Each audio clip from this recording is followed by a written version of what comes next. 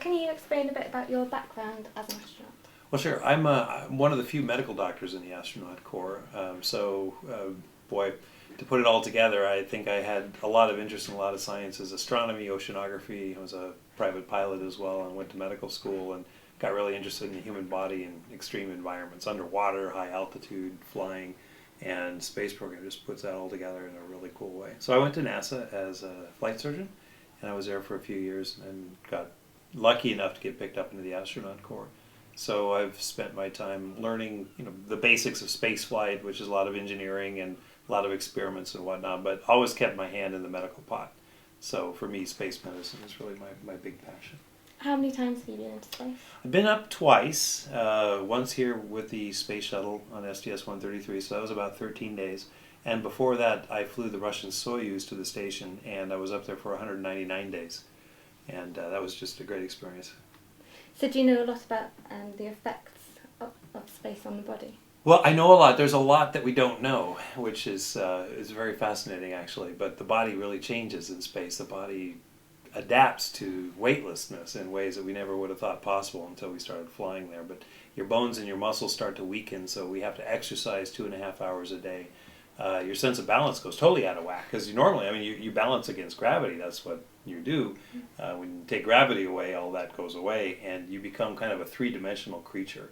So that's kind of fun to watch. You literally can fly into a module and just turn this way, and up and down is what you tend to make at your convenience.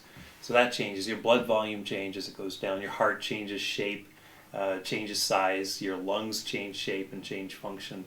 And your body shape changes a little bit, so everything changes. No, it's quite wonderful.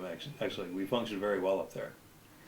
How did it feel to be on board the last Discovery?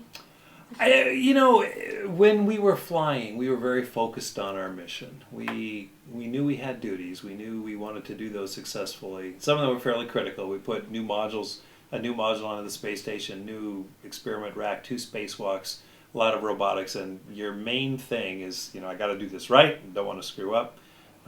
That's just overwhelming, even to the point of landing, when we landed the shuttle. But it was after that, when we were on the ground, and we realized that was it. That was the last flight of this spaceship, and you were walking underneath it. And it's really quite a beautiful spaceship, and you're walking underneath this thing, and it was just going Mach 25. It literally just came screaming through the atmosphere, brought us home safely. And then you realize that'll never fly again. That was kind of emotional. So we turned her over to the caretakers, the people who've been taking care of her for so many years, and that, like I say, was kind of emotional. What's it like on board Discovery? Oh, Discovery's a great spaceship. It's a lot. My point of comparison. Ah, that's interesting. That's an interesting noise. Mice. Big mice in here. Well, flying on Discovery was amazing. My point of comparison was the Soyuz, which I had flown on before. So Discovery is obviously a lot bigger than that. And it's just such a large spaceship that when you launch it, you realize that you got about 240,000 pounds of spaceship that has to go from 0 to 17,500 miles an hour. So to loft that thing from the Earth, the shaking, the rattling, the acceleration, all that is just an amazing thing, because it's so big and it accelerates and goes that fast after a few minutes. Then when you get up there, it's very peaceful, and you're looking down on the Earth, and you just realize that you're in this impossibly beautiful spaceship looking out at this impossibly beautiful Earth, and it's great. But it's very demanding also. There's a lot of controls, a lot of things that we have to do to make the spaceship work right, and the ground has to do, so we all have to work together. So you learn very quickly how she responds. Simulators help you train, but they don't tell you everything. You learn quickly how she responds to control inputs and switch throws and things like that. So it was really great to be up there. And of course, the big thing we did was to catch and rendezvous with the station. So after 2 days of flying, we caught up with the space station, and to see the station out the windows of Discovery was pretty breathtaking, because it's so big. And Steve Lindsay, our commander, flew it in manually for docking and just did a beautiful job, just right down the slot. And it has to be within fractions of an inch on either side, and he just did a great job. So it's a very maneuverable ship, very capable, carried a lot of cargo, carried us, and I think in relative comfort once we got up there. It's a great spaceship. What do you think about the end of the Space Shuttle program? Well, I think we're all mixed. I liken it to the Clipper ships, which were beautiful in form and function. They were just absolutely graceful, powerful ships that carried people and cargo. and the shuttle is like that. When the Clipper ships came to an end, it was because there was something there to replace it. It was time for a next generation vehicle, if you were, steamships.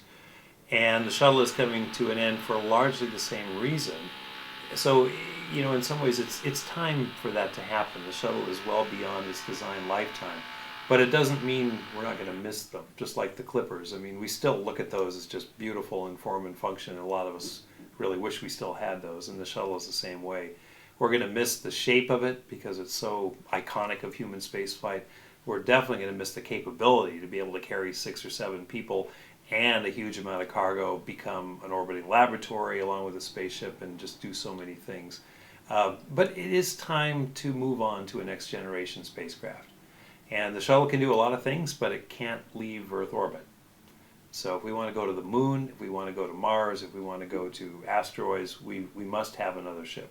So it's time now to develop that ship. So mixed, bittersweet.